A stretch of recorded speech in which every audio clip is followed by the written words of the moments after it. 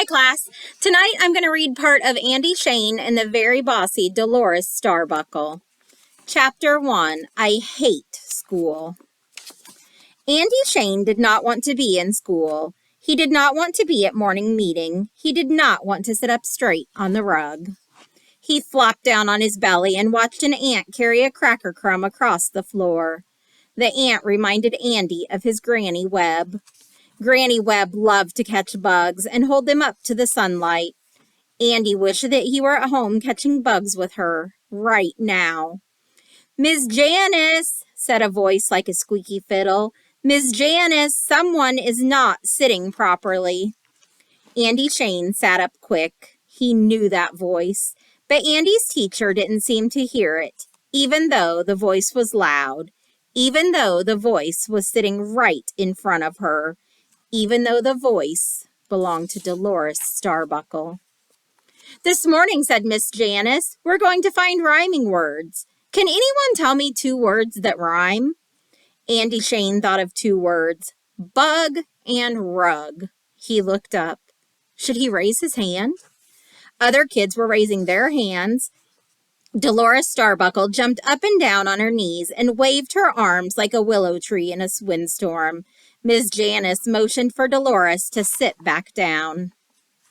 "Andy," said Miss Janice. She looked right at him. "Do you know 2 words that rhyme?"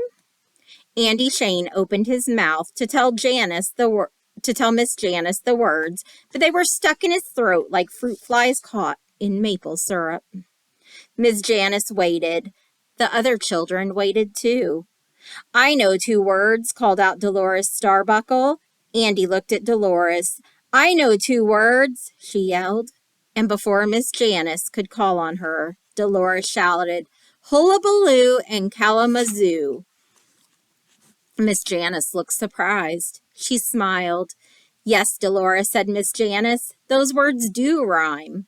I hate school, thought Andy Shane. After morning meeting, Andy Shane looked at the chart on the wall. It was his turn to go to the math center. Andy liked the math center. He liked playing with the fraction puzzles and the pattern blocks. He liked solving the tough problems that Miss Janice placed there each day. But this morning, Andy wished he could go to any other center. Yumi was in the math center. Peter was in the math center. And so was Dolores Starbuckle. Andy Shane decided to work by himself. He would solve a problem with pattern blocks. He tried to pull out the block bin, but it was stuck on the math shelf. Andy Shane pulled harder and then harder still. The container sprang free, but all the blocks went flying into the air. "Miss Janice!" yelled Dolores Starbuckle. "Someone is misusing the math materials." I hope you go ahead and finish this book with your family. My question is, at the end of the book, how do Andy Shane and Dolores Starbuckle get along? Do they get along good? Or do they get along bad? If they're friends, what makes them friends? What was the change? Thanks.